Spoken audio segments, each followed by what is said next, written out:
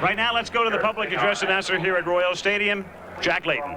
Glenn Campbell. Thank you. Oh, say, can you see by the dawn's early light what so proudly we hailed at the twilight's last gleaming, whose broad stripes and bright stars through the perilous fight o'er the ramparts we watched, we're so gallantly streaming, and the rockets red glare, the bombs bursting in air, gave proof through the night that our flag was still there. Oh, say does that star-spangled banner yet wave o'er the land of the free and the home of the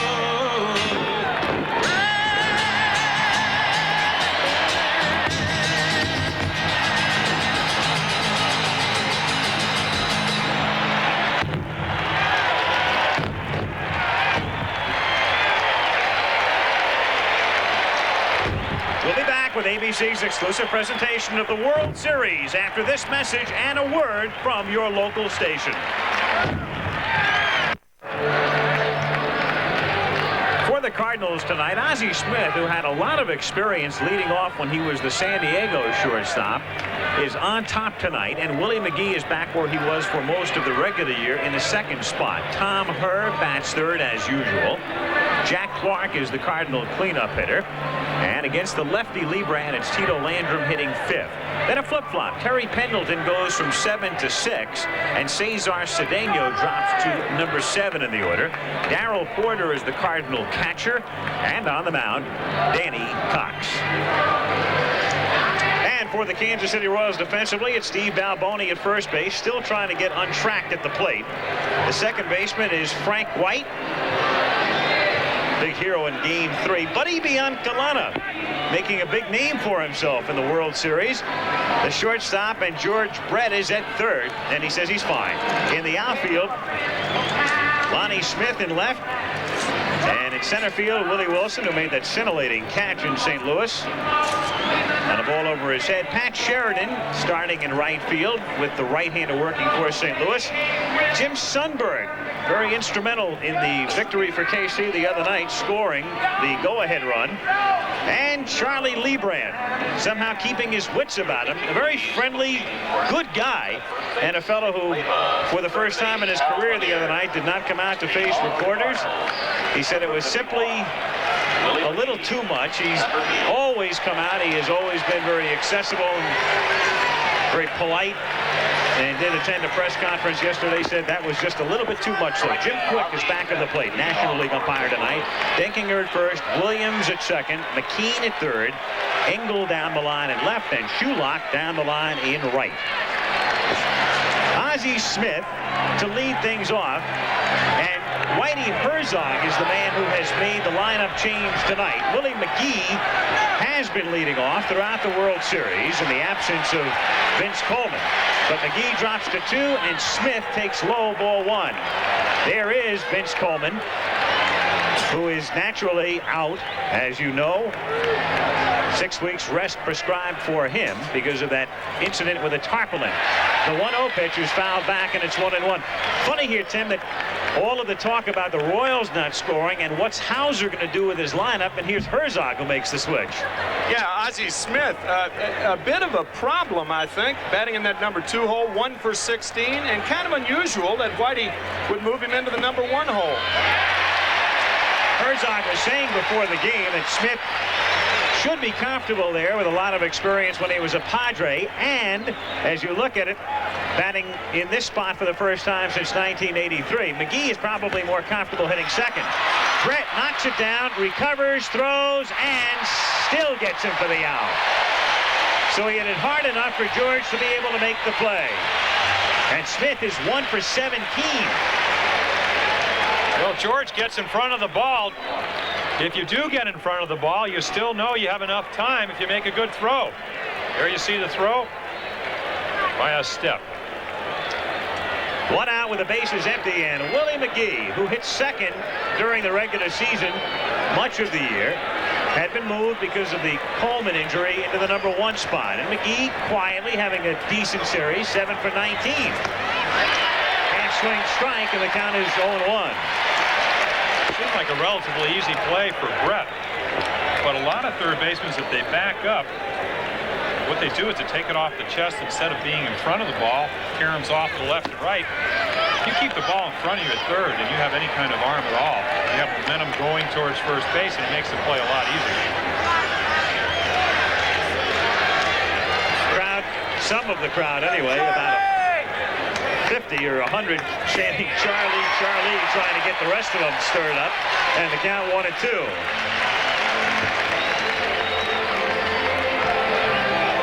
Talking to pitching coach Gary Blaylock, and I said, what's velocity on Liebrandt's fastball? He said, around average, around 85 miles per hour.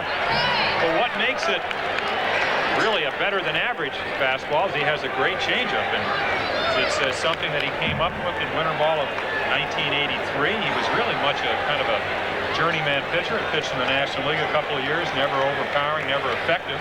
Came up with a changeup, and it made his fastball look about 3 feet longer. In the air to center field, and an easy play, Willie Wilson.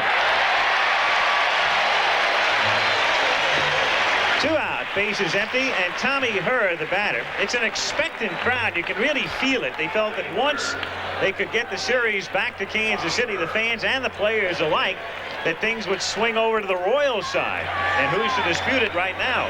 We mentioned the other night also that the Cardinals have not been swept at home all season. And realistically, Kansas City went to St. Louis and did what they wanted to do. Naturally, you'll take 3 in a row, but 2 out of 3 is the next best thing. Tommy Herr, who has not driven in a run in this World Series in 5 games after driving in 110 during the regular season.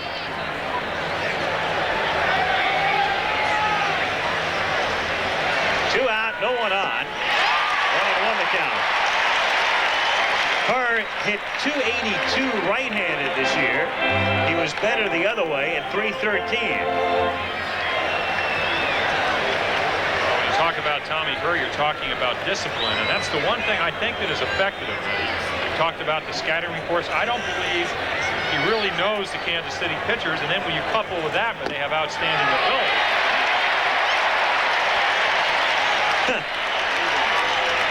An appropriate sign for Game 6. We'll be talking all night about Liebrandt staying out of the middle of the plate. If you go back and look at this series, the 2 pitchers that have had trouble are Bob Forsch and Joaquin Andujar. All the other pitchers have stayed really away from the center of the plate. And you know, Tim, if you're catching a ball game and your pitcher's in the middle of the plate, even if he might be able to be a tip-top Worrell for maybe an inning or 2, but over the long haul, you better stay on the corners. And Herr strikes out.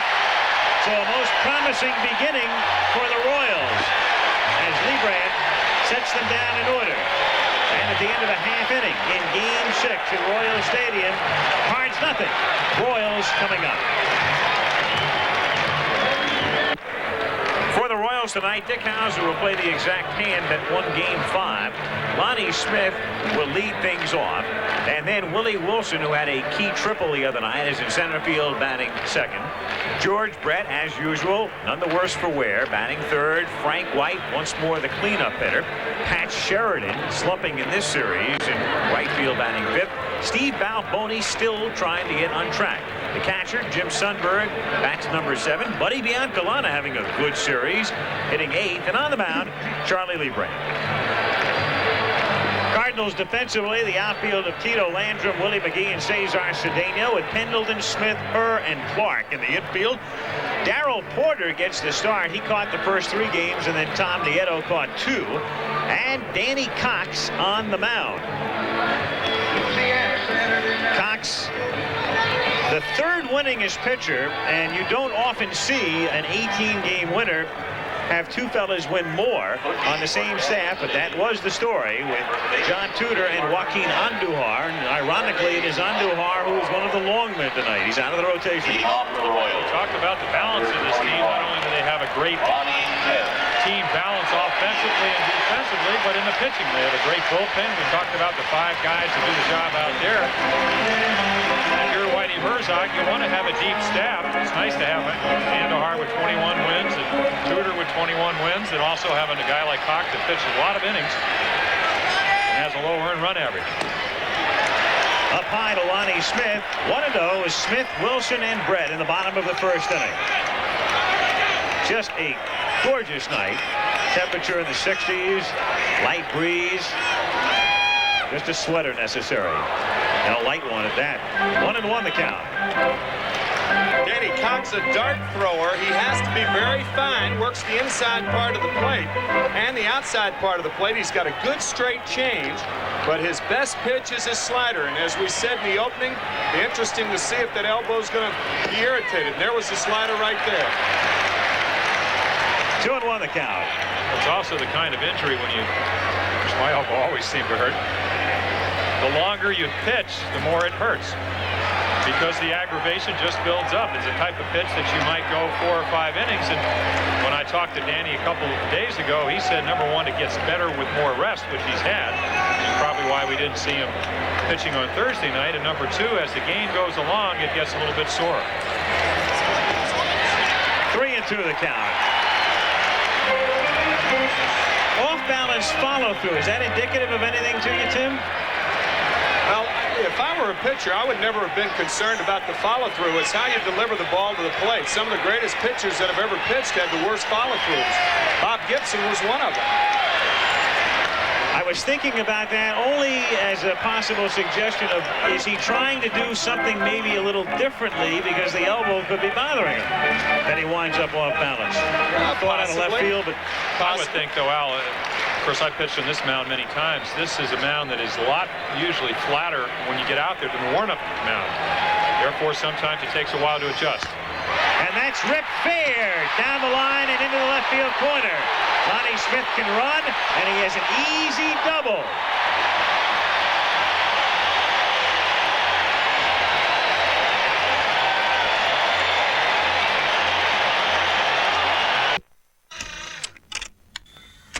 Light and any time is Miller time. Who's calling these? Clark, 5 hits in 17 trips. Remember, had the rib injury, which shelved him for the better part of 6 weeks down the stretch. Then the dramatic home run to beat the Dodgers in the 9th inning. And 5 for 17 in the World Series.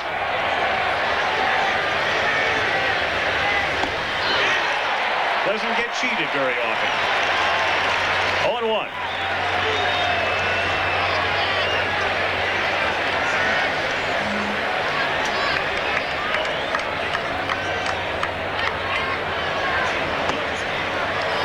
The count. You remember the last time Lee Brandt faced Jack Clark, he threw him 4 pitches, 3 just missed the outside corner, and he got a single to drive in the first run of the game last Sunday night. Popped up. That's Brett. And that's 4 in a row. Retired by Lee Brandt. And I guess, what is it, the 26th of October? Not that many nights away.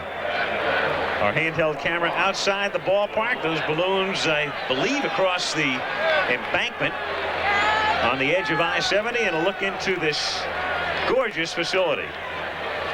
Royal Stadium, Kansas City, a ballpark that opened in 1973. Toward the gap in right center and shallow, but here comes Sheridan to make the catch as Landrum hits one that hangs. 2 down with the bases empty as Tito goes back and Pendleton comes up. Well, once again, they were able to get the ball in on Landrum. Pitch Danny Jackson did a great job the other night. He did get a hit on an infield hit, but he stayed on the inside part of the plate, and when they've gone away from Landrum, he's just been very effective. Herzog making the switch tonight at the top of the order, and also what he's done is move Pendleton from 7 to 6. And Cedeno, as you see Whitey in the dugout. Cedeno dropping from 6 to 7. Little squibber, and Leibrandt lets Brett take care of it, and he does. 2 perfect innings for the Royals left-hander. No score after 1.5 in Game 6. Scoreless, and it's Leibrandt, Lonnie Smith, and Willie Wilson. Saberhagen and Tudor. That's what they're hoping for, and that would be the matchup tomorrow night in what would be definitively the final game of the baseball season. Strike to Leibrandt. Of course, the way the weather has been, we might as well just keep on going for about 3 or 4 more weeks. Beach weather today. Unbelievable. 1-1. So this is the first all prime time, all night game World Series, and you can see how far off the line Pendleton is. And a great break in the weather. 1-2. And of course, when night games were first played, everybody was talking about how it'd be too cool, and it was done primarily for television, but that's not necessarily the case. Leibrandt goes down swinging. And the reason I say that is a lot of times in World Series play or playoff play, you see a lot of games starting at unusual times, plus in late October. Even if it were to start at 1:30, 2 o'clock in the afternoon, that wouldn't accommodate television.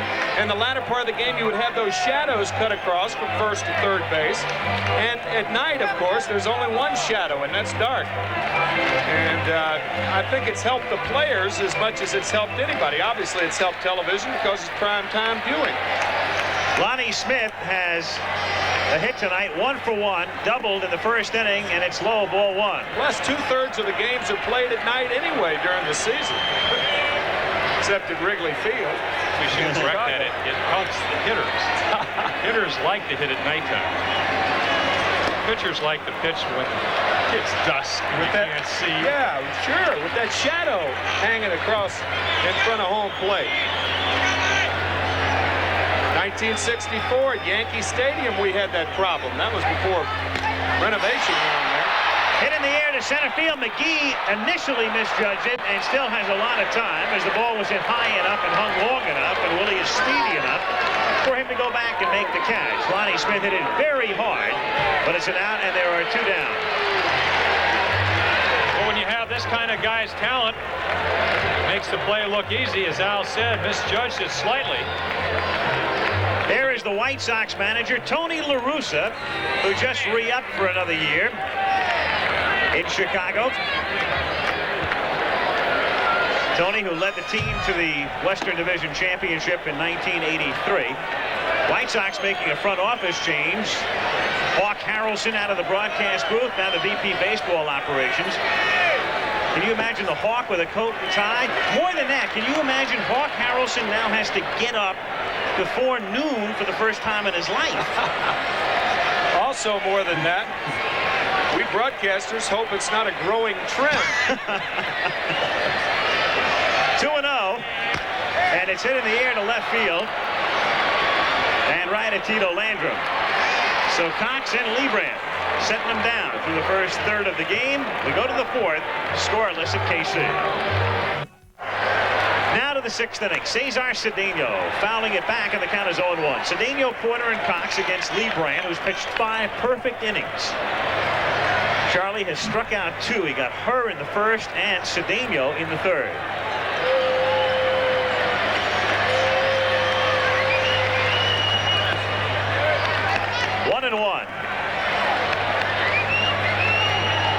Baseball's a lot like golf. Every time you think you got it figured out, something goes. I mean, here's a guy that 3 for 25 in postseason play.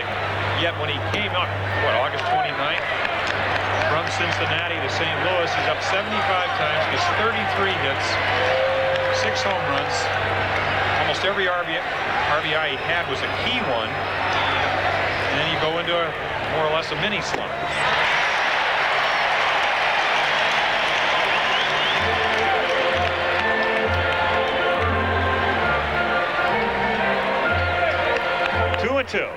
Tell you, there'd be a lot of hitters in mini slumps and major slumps if they had to face Charlie Leibrandt the way he's pitching tonight. He has not thrown a ball down the fat part of the plate tonight. And that's looped to left field. Smith plays it conservatively, and he backs up. Lonnie had a chance to make the catch, but it's well known, we don't have to beat it to death, he is not a very good outfielder. He's a very erratic outfielder. In fact, he sort of reminds you of that commercial for the armed forces. It's not just a job, it's an adventure when a ball's hit out to him. I agree with you, Al. This ball had a lot of hang time out there. A lot of hang time, and Lonnie Smith is going over instead of in. And the one thing you can do on the rug and the artificial surface, the ball's going to take a truer hop. And even if you're on top of it, there's no chance of it bouncing over your head because you can smother a ball like that. You see it happen all the time. So the perfect game, the no-hitter, goes down the drain here in the 6th inning. Right on the bag at second base. Not tagging, but he's on the bag. Porter's on the bag at first base.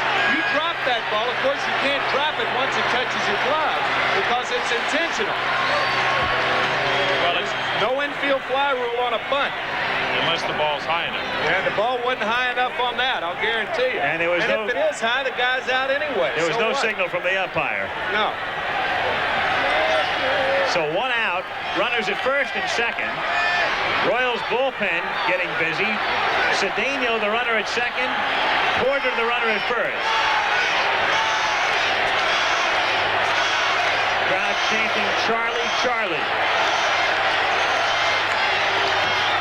Inside to Smith, and the count is 1-0. Going back to that play, Tim, and you've fought for years. If Sundberg calls to play, it makes it a lot easier because Brett has his back to the runners, the pitcher has his back to the runners. That's grounded down to Biancalana. He goes to White, one, back to first, double play.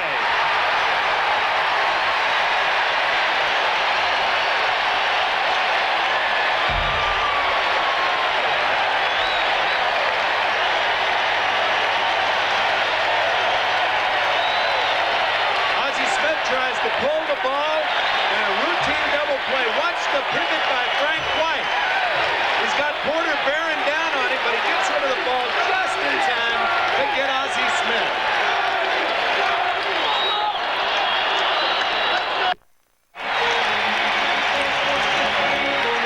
Well, in close games, usually it's the little things that beat you.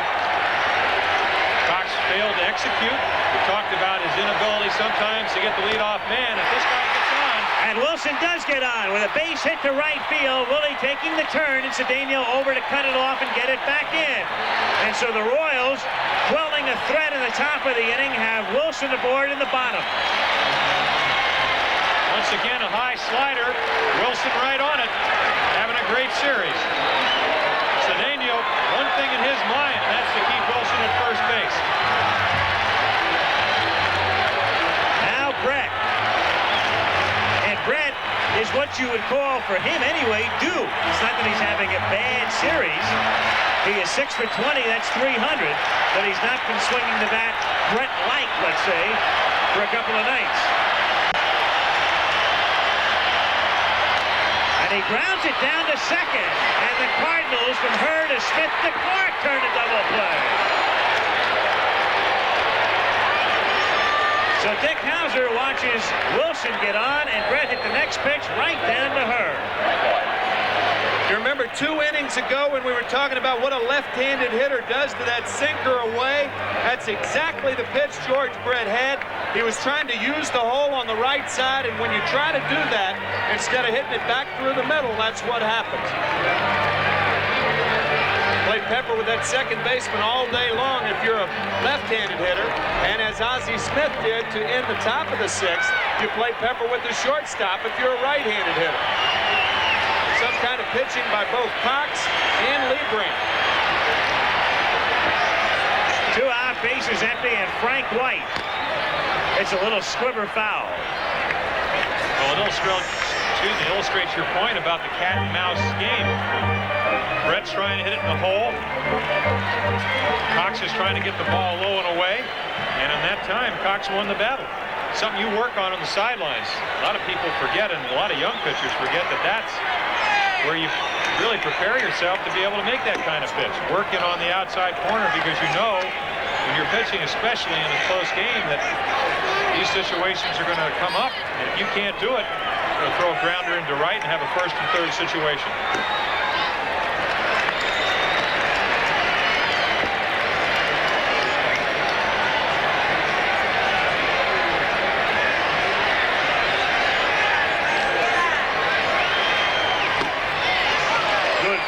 2-2.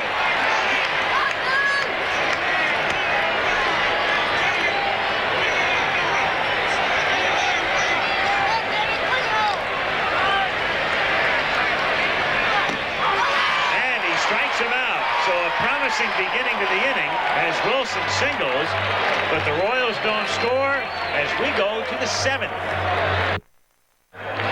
Danny Cox pitching a gem along with Lee Brandt, working himself out of a difficult situation on a couple of occasions, in particular in the first inning when Smith led off with a ringing double, but he got Wilson, Brett, and White.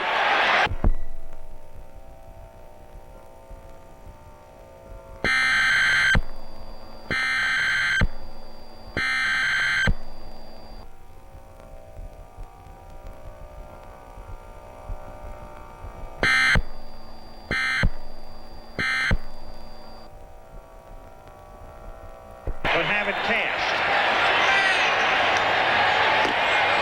That gets the corner, and it's 0-2.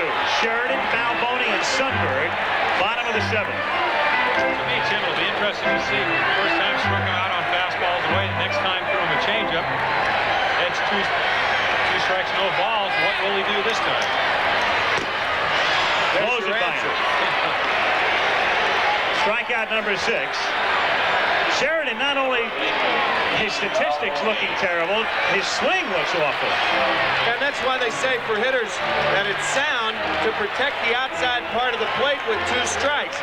That's when you go into a defensive posture as a hitter, which means you're vulnerable inside, but you can't look away and inside at the same time. Now Boney takes up high, ball 1. Well, sooner or later it has to happen. Now Boney in the last 2 years has been up 56 times without an extra base hit in postseason. 2-0. This is a fellow who, believe it or not, if you've been watching television for the last 2 weeks, hit 36 home runs this year.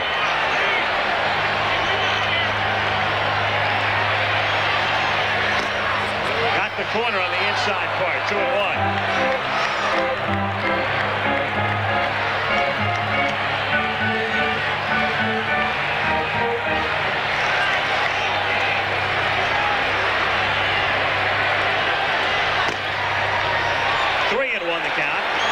Sundberg is on deck.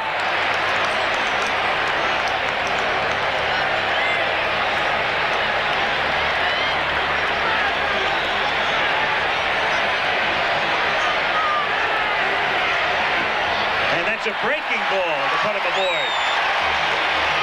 Balboni at first base, and that is the first walk of the night by either pitcher. Funny, Tim and Jim, if you like scoring, and if you equate excitement with runs, this has not been a good World Series. But if you enjoy the game and you kind of pay attention to what's going on, and you don't think about saying or writing just cute and clever things for the sake of getting a line across, it's been a pretty good World Series. Pitching has totally dominated the series, and sometimes it will sedate a crowd, but not so here in Kansas City, and it wasn't the case in St. Louis. Strike, and the count 0-1.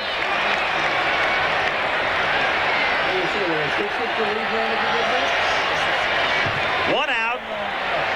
Balboni at first base. No score in the bottom of the 7th. Fouled away, and the count is 0-2. Almost a hit-and-run situation. Maybe not now, but earlier in the count. But again, I think Dick Hauser, when he has seen what Sundberg has done off Danny Cox, he has not really hit him with much authority. You know if he misses the pitch, and Cox has made some great pitches with a slider, Balboni is going to be out at second. Still 0-2 with Biancalana on deck.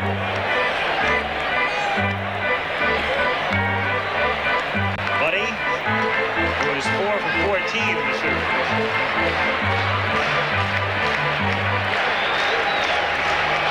Described by Tom Nieto as a pesky type of hitter when he played against him in Double-A ball. And Sundberg goes down on strikes. So number 7 for Cox, who has struck out 3 of the last 4 men he has faced. And up comes Biancalana, and there is Todd Worrell throwing in the bullpen. So the one thing Cox has done is he's gotten Herzog point where he can go to his top guys. Not thinking about long men. Andujar was the long man early. I mentioned, too, that Daly was in Herzog's plans as a long man. McCann is also the kind of guy who's available all night long. He can come in as a short man as well. And in the bullpen for KC, it's Quisenberry throwing.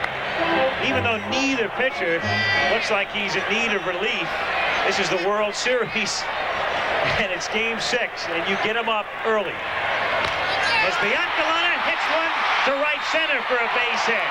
Balboni will stop at second, and now of all things, Hauser has to send up the pitcher, Lebrand. He doesn't have to. Or does he? We'll find out. We've got Hal McRae in the dugout for a situation just like this. Hal McRae, of course, against John Tudor the other night, grounded out with the bases loaded and 2 out. And this is why I hate the DH. Yep. And it's not worth getting into a whole discussion of it right now, but think of what Hauser had to think about right now. No score, World Series, need a victory. What do I do? A pitcher who's pitching brilliantly, an inconsistent but terrific in the past relief pitcher. I've got to send the pitcher up. If you're not going to pinch hit for Lebrand here, what was Quisenberry doing up? 0-1 to count. Yeah, I'm thinking of an answer here. If the man gets the third, maybe? Nah, that wouldn't make any difference with 2 out. I don't know. Not with 2, that's what I was saying, yeah. 0-2 the count.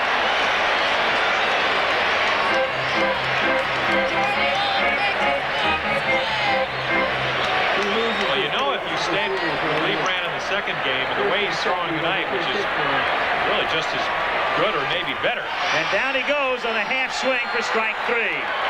So Cox strikes out the side in between a walk and a single. And 7 left for the Royals tonight. To the 8th in a scoreless Game 6. Do you feel at all maybe jinxed the way things have been going? Well, I don't know. I've been fortunate enough to pitch some pretty good ball games. If I can do that again, I think my chances should be a little bit better. Maybe with Quiz out in the bullpen, we might come to him a little bit earlier. I don't know, but I still felt confident even late into the ball game. I know it's going to enter my mind if I'm fortunate enough to get that far into the 9th, but I haven't had too much success in 9th innings. But I still felt my stuff was good. I still felt confident I was going to get out. I just couldn't get out. Hopefully this will be different. Well, we'll find out. No score with Landrum, Pendleton, and Cedeno in the top of the 8th inning. Landrum fouling it away, and the count is 0-2. Landrum has twice flied to right.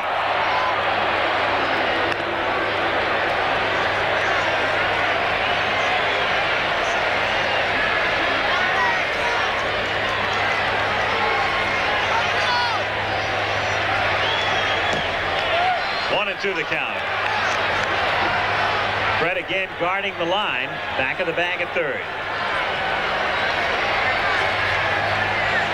Balboni guarding the line at first.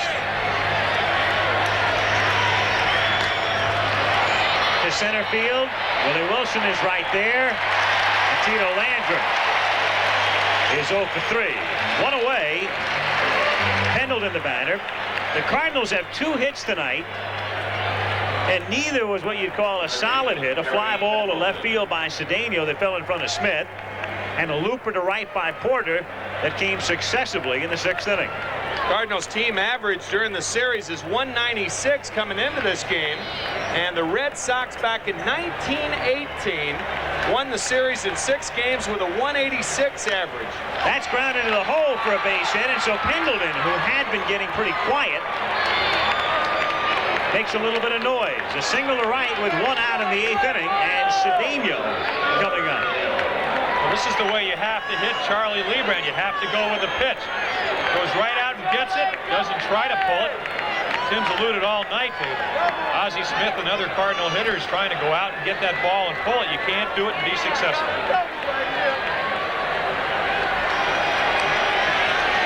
Cedeno struck out, broke up the perfect game with a 6th inning single. Pendleton at first base.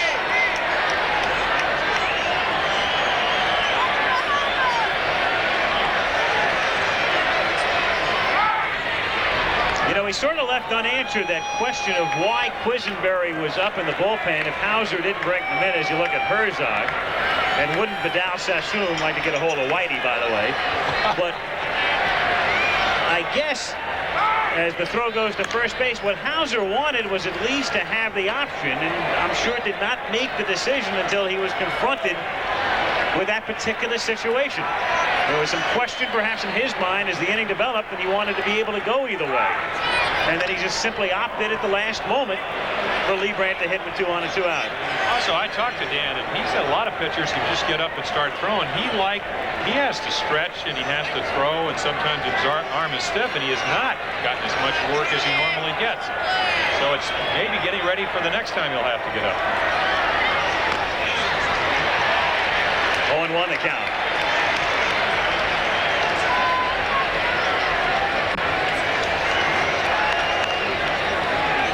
If the count evens up, if this next pitch is a ball, I would look for Pendleton to run. Pendleton with good speed. He has 17 stolen bases on the regular season. Cedeno, a contact hitter, the bottom of the order coming up. All the elements are there for a hit and run, but not on this pitch. When do you pitch out? Well, that's the thing. The danger of the pitch out is greater when the pitcher is ahead of the hitter because you can afford to waste one. We'll see. 1-1.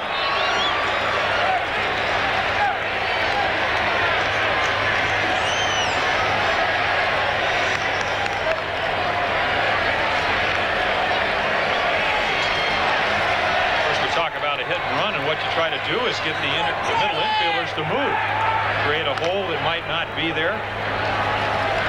If you're a runner at first base, you cannot be picked off in a hit and run situation. Same is true if the count's 3-2 and less than 2 out, and you're the runner at first. You're much more deliberate in your lead. You're looking at catcher Jim Sundberg, looking over at Dick Hauser. They do have 4 signs. Pitch out, 2-1. Dick Hauser controls the pitch outs. I'll tell you, I'd have pitched out then too. Sometimes you do it and you're just wrong. But now he's behind, and you may see the hit and run in order right here. I think he's going. I do too. James? I concur. Bet your house on it. Or Sheridan's house, it's still for sale.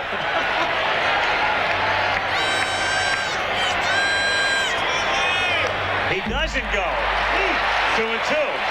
Well, there goes the mortgage and everything else, and the furnishings. Mine too. Yeah. Harvey, oh, too bad about Pat Sheridan. He just lost his house for him. Well, the other night we all thought that they should have been running first and second with nobody out, and had they been running, it wouldn't have been a double play. That's right. On the Pendleton to her play in St. Louis. 2-2 the count.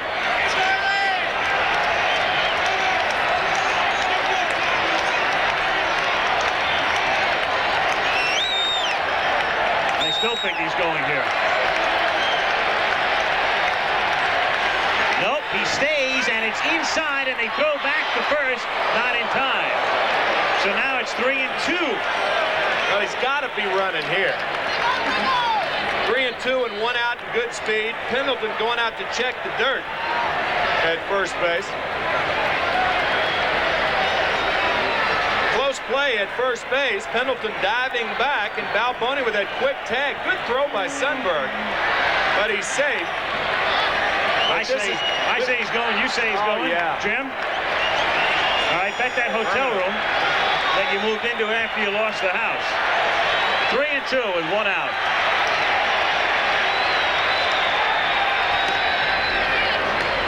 Same situation, 3-2, 1 out. Cannot be picked off. It's up to the hitter to put the ball in play. Leibrandt with an excellent move, had 8 pickoffs this year.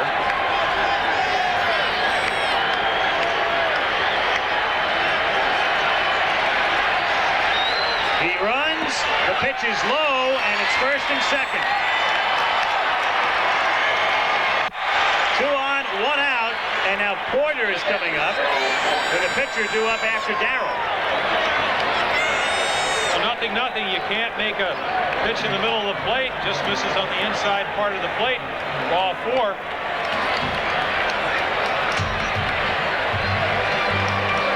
the bullpen. Quisenberry and Black are up. Quisenberry, the right-hander, and Buddy Black, the starter, who is naturally working out of the bullpen under these circumstances. And in the Cardinal bullpen, Ken Daly has gotten up, the left-hander, because Herzog will have a decision to make if Porter can't get the man in. We talked about in the pregame show, Charlie Lee ran through 140 pitches last time he pitched. Nothing game. Every pitch could mean the ball game. You got to be a little bit tired. Strike, 0-1. A lot different pitching a nothing game, a 2-1, a 1-0 ball game. The other two Kansas City wins, 6-1, 6-1. Make a mistake, it doesn't seem that monumental. And Porter rips it foul, and the count is 0-2.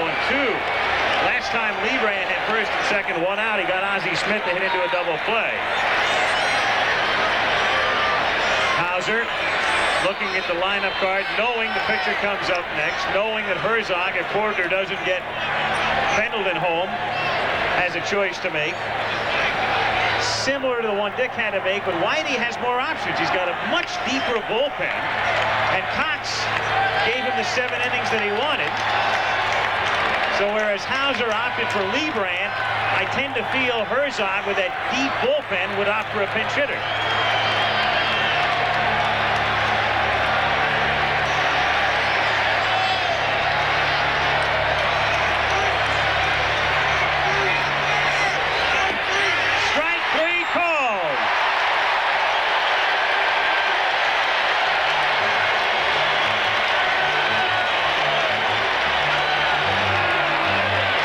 Earlier that when a catcher moves off the plate away, if a pitcher's been having good control throughout the game, he'll get that pitch. And that's the reason that Darrell Porter was struck out on that particular pitch. That ball was right there, and now Whitey Herzog has gone to Brian Harper. Harper, the right-handed pinch hitter, came up only 52 times this year and batted .250 with 8 runs batted in. So again, because of the flexibility and the maneuverability, and Daly now throwing in the bullpen, and keep in mind he has 5 men who work out of the bullpen, 3.5 of whom he would bring in here, and I say 3.5 meaning Horton as the half a guy. You know Worrell, you know Lonnie, and you know Daly, with Pendleton at second and Cedeno at first, and Horton maybe to one batter. Campbell's more of a long man, and that's why he can afford to lift his pitcher more so than Hauser in the bottom of the 7th inning. Also, we talked about losing Vince Coleman. Got to think that Tito Landrum will be batting right here. 391 on the year, second best pinch hitter in the National League, but because of Coleman's absence, you have to send somebody else up there.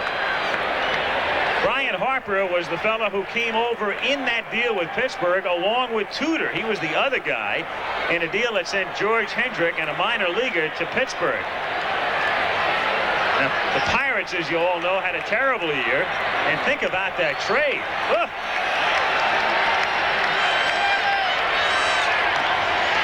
Fouled again, so he's jammed him twice, and the count is 0-2. George Hendrick wound up with the California Angels. As you see Brian Harper trying to fight off this slider on the fist. And once again, Lee ran ahead, 0-2. 2 on, 2 out.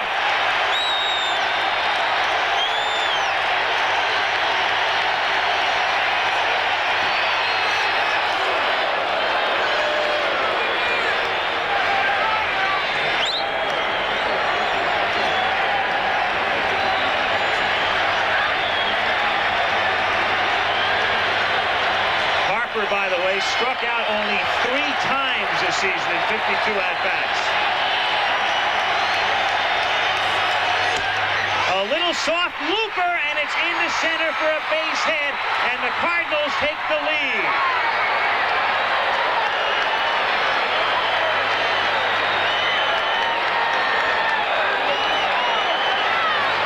And Charlie Lebrand has to be talking to himself.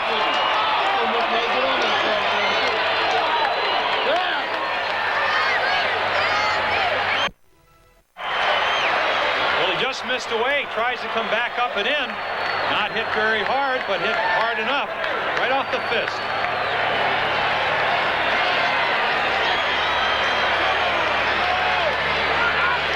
Watch the reaction by Brian Harper when this ball falls.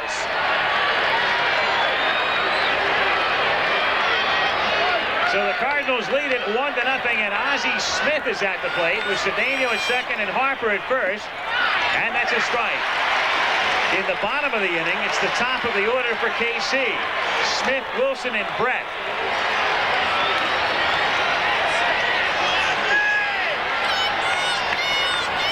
This is the time when it's most difficult for a pitcher. Emotionally, it's always a roller coaster. Your heart's down by your knees. Your disappointment is unparalleled, but the only way you have a chance to win the ball game is if you get the next hitter out. All of the runs that Lebrand has given up, the 4 last Sunday and the 1 here tonight, have been given up with 2 out. And Sundberg goes to the mound. That's a good thing to do, I think, right now, because you're down 1-0, and another base hit, and it's 2-0, and Blaylock's going to the mound. It's so visible, and how can you blame Lebrand? If this happened isolated, you could feel for the guy, and yet you've all watched him now throughout the playoffs and going back to last year, and the miserable luck he's had. Meanwhile, Andy Van Slyke now comes out of the dugout to run for Cesar Cedeno. After the count had gone to 1-1, Herzog makes the change, and Van Slyke naturally will stay in the game and play right field. Thoughts are, when am I going to catch a break? No doubt you feel sorry for yourself, but on the other hand, as you said, you can't let the game get out of control. Yeah, because those tack-on runs can be the difference. Got to stop them right here, and that obviously is what Lebrand's trying to do. 2-1.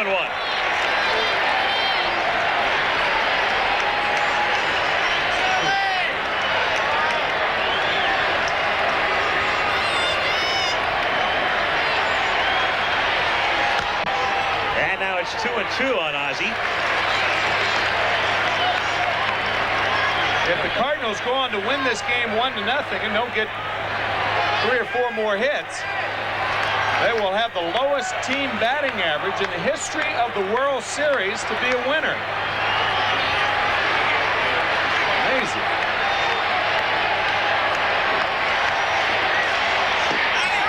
Just inside, and Sundberg not only trying to frame the pitch, and Hauser is furious with Jim Quick. If he comes out to argue, then he's out of the game. Well, he goes back. Brett was up earlier. Similar pitch. Ooh. Ooh. And that's the most emotion you've ever seen from Dick Hauser. Because he knows now the runners are going. It's 3-2. That was a vital pitch.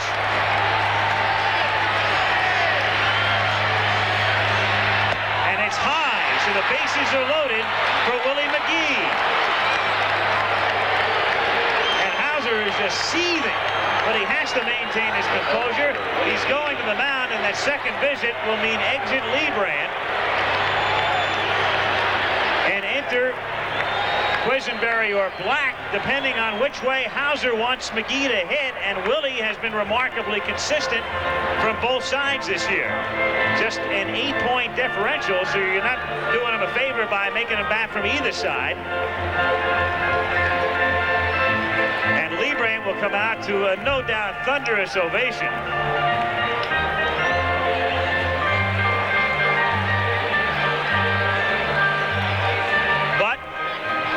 Debit side again, and the signal goes to the right-hander, Quisenberry. So McGee will bat left-handed. The base is loaded. Listen to the hand.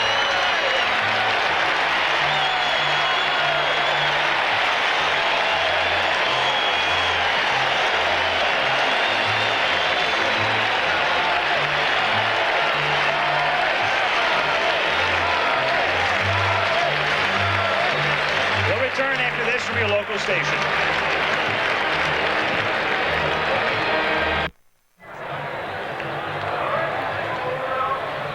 Dan Quisenberry comes in with the Cardinals on top 1-0. Whitey Herzog making another move as you look at Charlie Liebrandt watching Quiz try to get out of the rest of this jam. Andy Van Slyke, the runner, at third, and Harper has been taken out for the pinch runner. Tom Lawless makes his first postseason appearance. He's at second. Ozzie Smith at first. The bases loaded and 2 out, and McGee at the plate. McGee 0 for 3.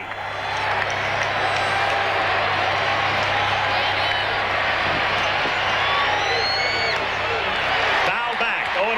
Again, in the bottom of the inning, Lonnie Smith, Wilson, and Brett, the top 3 for KC.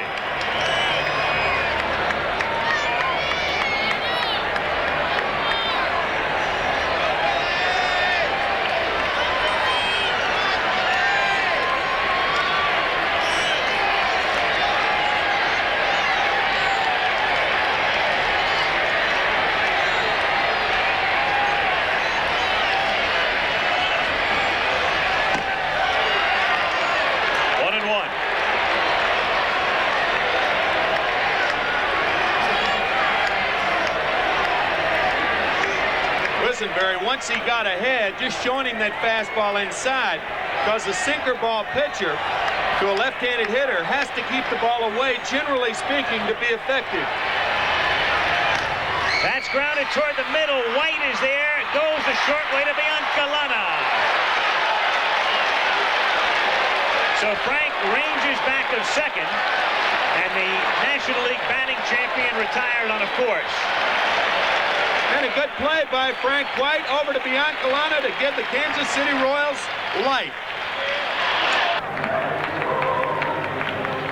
Andy Van Slyke is now in right field. He came in as the pinch runner, and the pitcher is Ken Daly. Daly's numbers there for this, his first full season in the major leagues. He had been up and down with Atlanta, then came over to the Cards last year, pitched for 4 different teams in '84. And has begun to come into his own now. And the left-hander comes in here. And how does Herzog, and we've talked about how he uses his bullpen, how does he decide on Daly over Worrell and Lottie here? One of the reasons is he wants the left-hander to face the top of the order for Kansas City. He'd rather have Wilson at right-handed than lefty, and he'd rather have Brett have to face a left-handed pitcher. So that pretty much is the determination as to why Daly is in here now. So even if there is a 3-up and 3-down inning, Todd Worrell may finish the ball game, work the bottom of the 9th inning. Matter of fact, I think he's up right now in the bullpen. He is. Lonnie Smith, who was 1 for 3 against Cox. 0-1. There is Todd.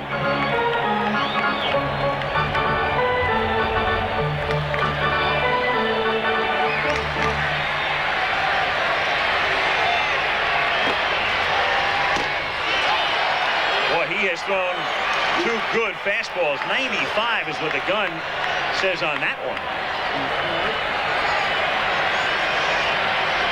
We haven't seen his curveball yet. He's got a great hook. Wonder if we'll see it here. No.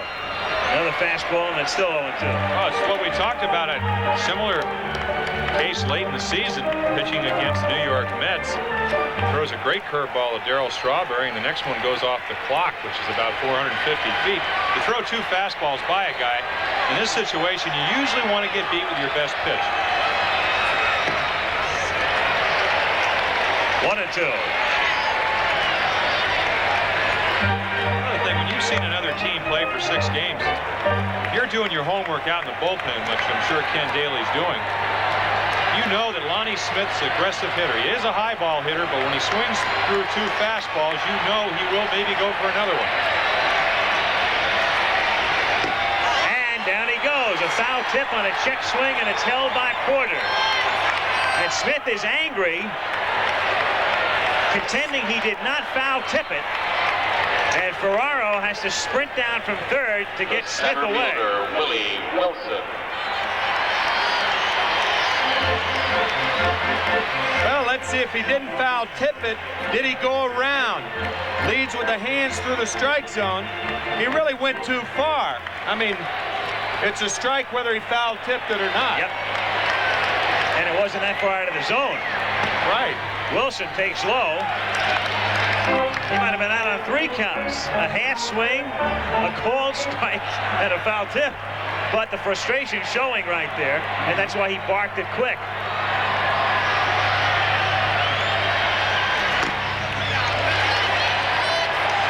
On Wilson with Brett on deck. And you notice Pendleton off the line. It's just a matter of, as you see George Brett on deck, Pendleton off the line, Jack Clark off the line, and they weren't playing Lonnie Smith off the line, on the line either.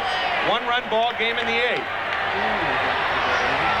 It's a matter of philosophy. You know, when you think about it, if you play Willie Wilson on the line and he gets a single, chances of him stealing second base are great anyway. So in effect, Wilson, a single is a double for him. So playing off the line, in my opinion, is the proper thing to do now.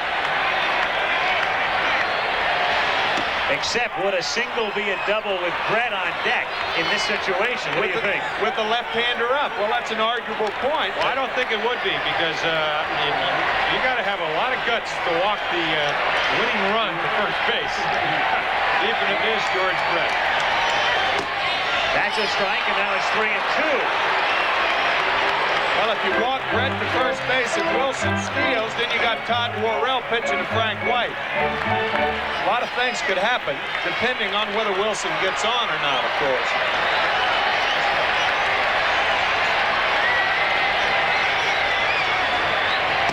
And it's high, ball 4. Whew, what a pitch to take, 3-2. Again, during the regular season, you just go down to first. Tonight, there's been a lot of high strikes. Oh, Wilson knows that it's a ball. Would have done a complete snap if that was called a strike. George Brett.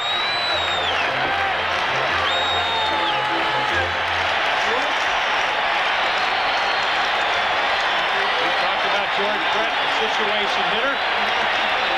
This situation, he's looking for a ball he can pull, a ball he can drive. And instead, he gets a picture-perfect strike on the corner.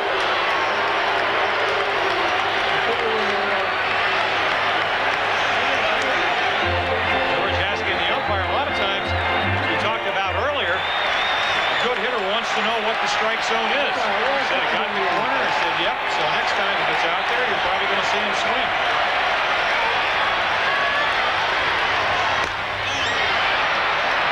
0-2.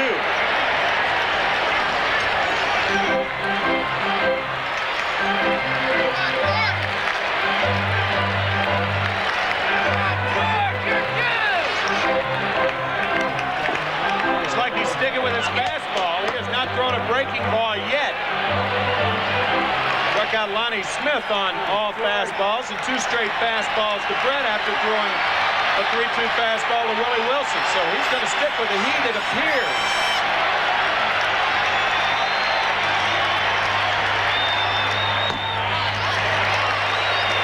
Could be the Darryl Strawberry syndrome. Some guys are fast learners. You talked about bat speed. You throw a fastball by a guy like Brett and come back with a hanging curveball, the chances are he's going to have one heck of a swing. And he struck him out.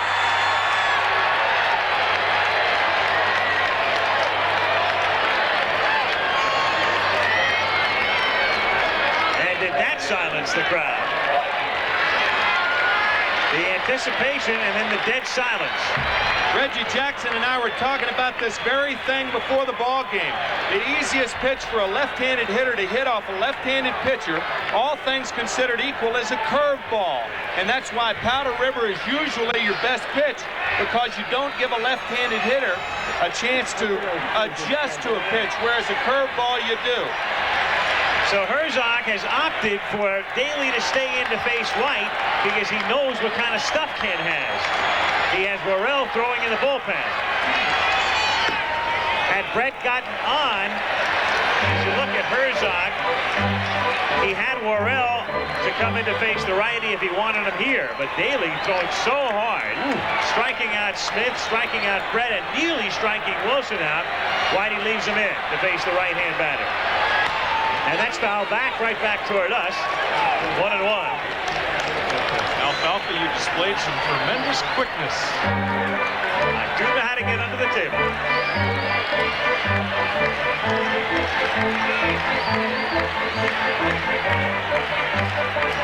One ball, one strike the count. 2 down, bottom of the 8th inning. 1-0 Cardinals. Wilson at first base. Just a matter of time, one would think, with 2 out, when Willie Wilson is going to run. Darrell Porter out to talk to Daly now. That also might be one of the reasons that Todd Worrell is not in there with Wilson at first base. Worrell does not have as good a move as the left-hander, and even though Daly hadn't thrown over there, the very fact that he's a left-hander has kept Wilson at first. Willie thought about going and hesitates, and it's a fly ball to center field and a lot of room for McGee. And we'll go to the 9th inning. Brian Harper driving in the game's only run with a 2-out single in the 8th. At the end of 8th, 1-0 St. Louis. George Orta will pinch hit for Motley. So here's an inning that hasn't even started, and we've had 3 changes. A pinch hitter, a new pitcher, and then a pinch hitter for the pinch hitter. Orta looks at a strike on the outer half. Balboni on deck, and then Sundberg.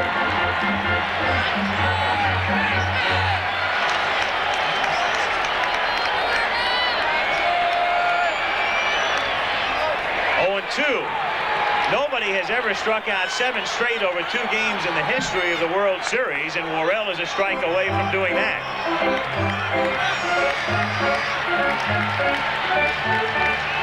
Well, he has tremendous poise.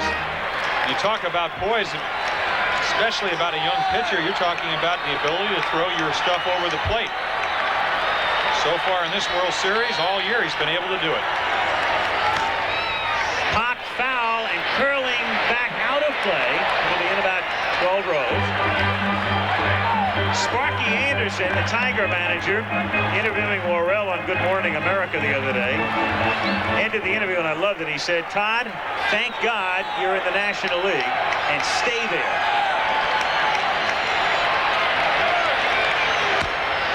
Little squibber to the right side. Worrell races over to cover. The throw doesn't get him. Worrell got to the bag, and an argument here, and here comes Herzog amongst the other quartet.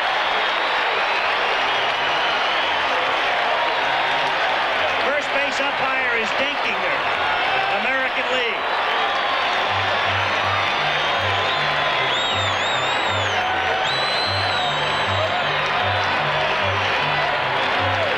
Well, this is spring training all over again. Any ball to the right side, you get there as quick as you can. I think he tries to go for the ball. And his argument is he gets the side of the bag. Looks like he's out. From that angle, let's take a look from this one. Again, Clark with the toss. Oh, yes.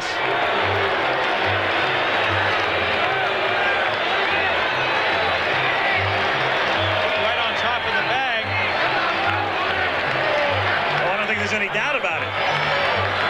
Only in one person's mind.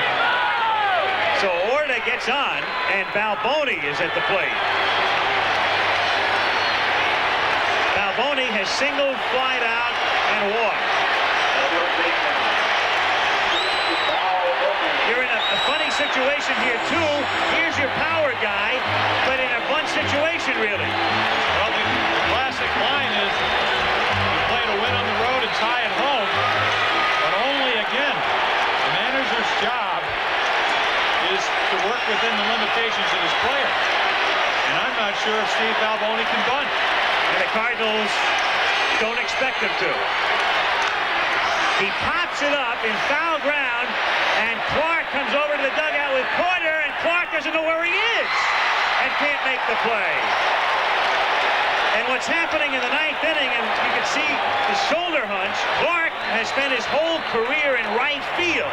He has made a pretty good adjustment to first base, but he came off the bag, and I'm not saying he made the mistake on a Motley ball, but he's been involved now in the first 2 plays of the 9th inning. Well, the mistake he makes is looking at Porter. By then, the ball is back over his head. Talked to him before the series. He said he really hasn't felt comfortable at first base, especially on throwing. There is another example. 0-2, and Balboni trying to hit that one onto the freeway. And having the capabilities of doing that. We talked about the 96-mile-per-hour fastball. He also has an excellent slider, but he said in this situation, if you're going to get beat, and a home run will beat him, he said you got to go with number 1. Let's see if he does it. McRae on deck.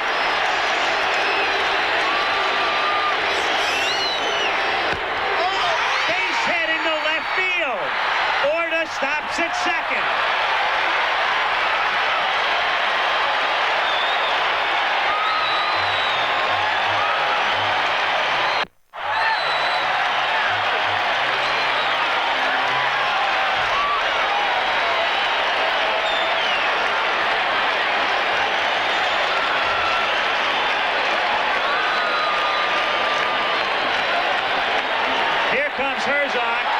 Concepcion goes into pinch run. McRae had been out on deck. Now Sundberg returns to the on-deck circle. There is the pinch runner. Herzog has the 2 in the bullpen. Horton, the lefty who took Worrell's place out there, and the right-hander Lottie. So first and second, not only talking to Worrell, but talking about the bunt.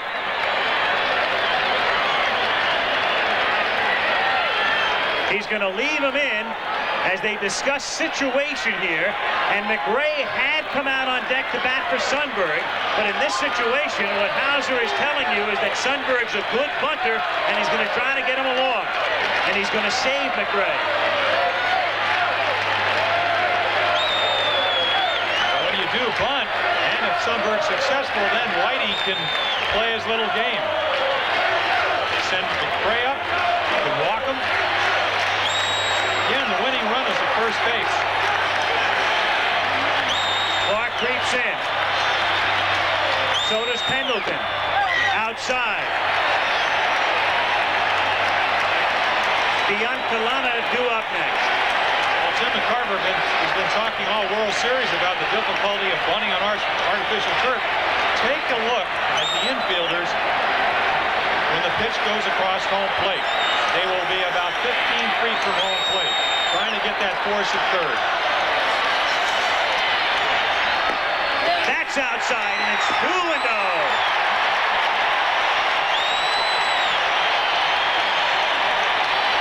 You almost want Jim Sundberg to be able to bunt. Haven't been too many low strikes all night.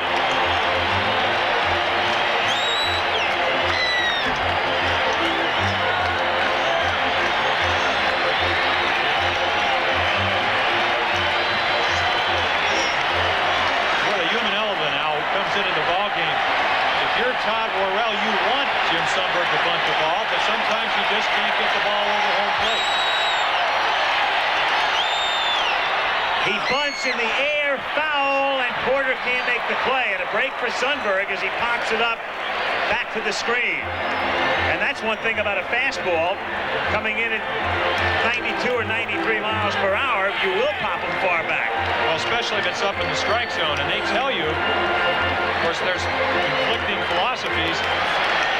If the guy squares around a bunt, he's more apt to pop up the high pitch.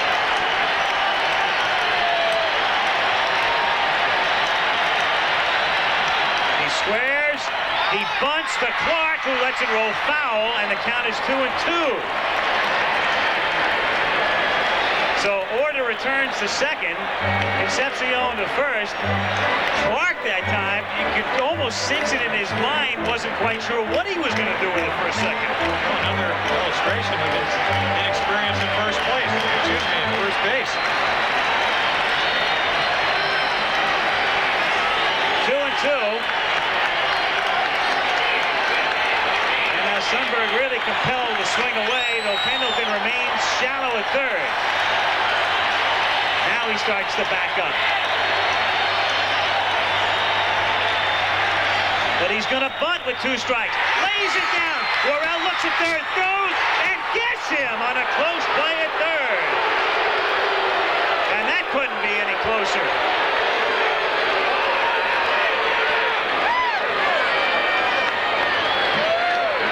So the play goes 1-5, 1 out.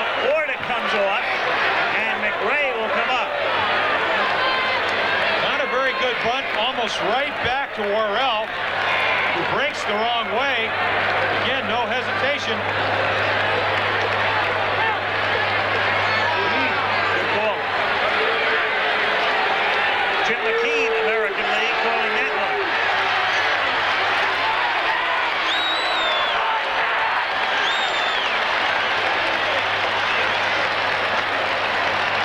Once again,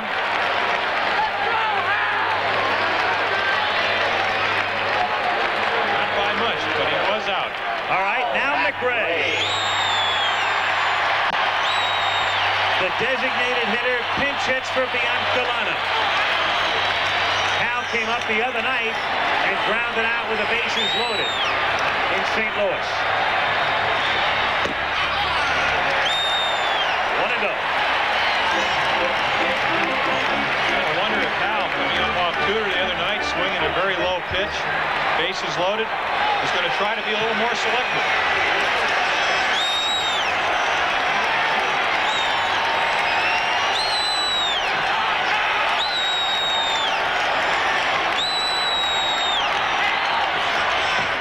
That gets away from Porter, and the runners move up.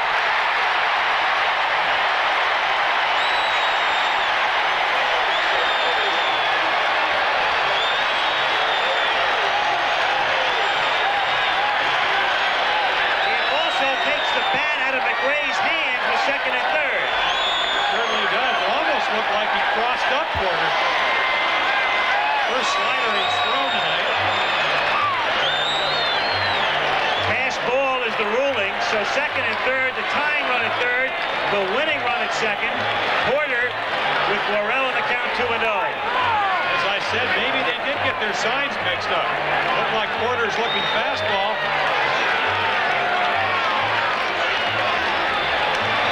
And you can see the 4 fingers held up by Hal Lanier, indicating he doesn't have to hold up 4, he only has to hold up 2 because the count's already 2-0.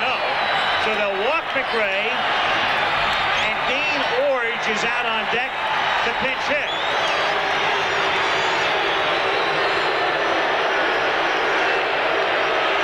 This is some boring World Series, isn't it?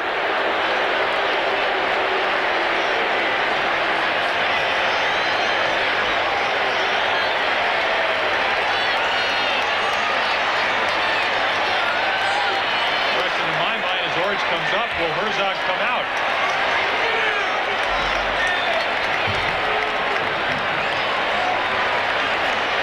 Whitey, back to Lanier. Mike Rourke, trainer Gene Gieselman.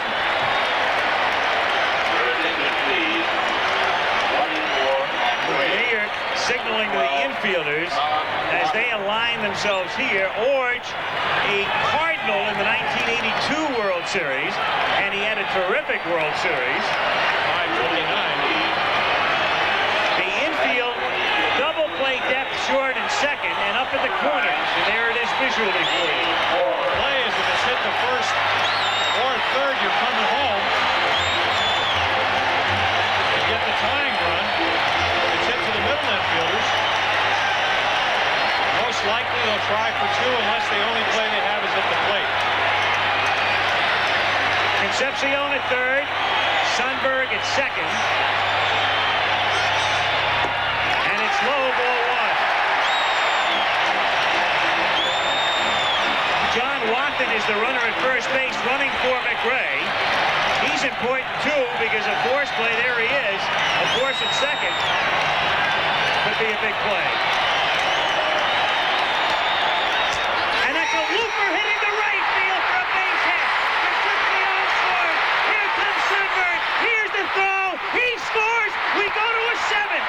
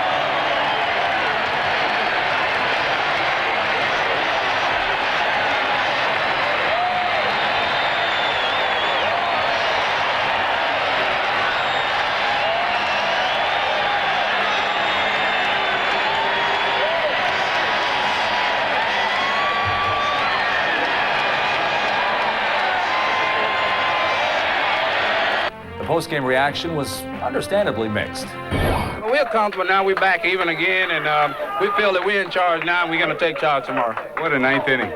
Well, it was about time we won a game like that. We have been losing a lot of games like that. They've been flaring the ball all over the place on us, and we got a chance to play one on them, and we feel that we're in control, and we can't wait until tomorrow night. That ninth inning was a chess match, wasn't it? Yes, it was. You know, base on balls, pinch hitting, changing pitches, pinch running. So it was an exciting inning. You got one more left, Hal. One more left, we're going to take it. I knew we weren't going to give up. I knew we were going to go down fighting, and it worked out. You know, we just, Dane came through with a big hit, and, you know, it's been like that all year. When we needed to do it, we did it. We don't blow people out. Well, I tell you, every one of our games we win is a tough one. 4-3, 3-2, 2-1, 1-0, 5-4, 6-5. I mean, geez, let's have a laugher just once. I'm getting too old for this stuff, man. I'll tell you, my heart's going to start skipping a few beats and I'm going to get worried. Like lightning in the ninth inning, Jack. Great ball game, but what a heck of a ball game to lose. Great pitching by both teams, and you know, it's a close one. It's a one-run ball game. If you give the team the other chance, you know, they get a chance to tie the game or take the lead. So, you know, that's what happened, and you know, they got the last inning. That's, you know, they don't quit. So you got to give them credit. They, you know, lowered the bases, and you know, they had the matchup they wanted, and they got the results. Brett Saberhagen and John Tudor would take the hill in Game 7. You can see that game at 5 o'clock Eastern, 4 Central, right here on ESPN Classic. But right now, stay tuned to the ESPN Classic Roadshow, broadcast live from Kansas City as our Classic Kansas City Marathon continues.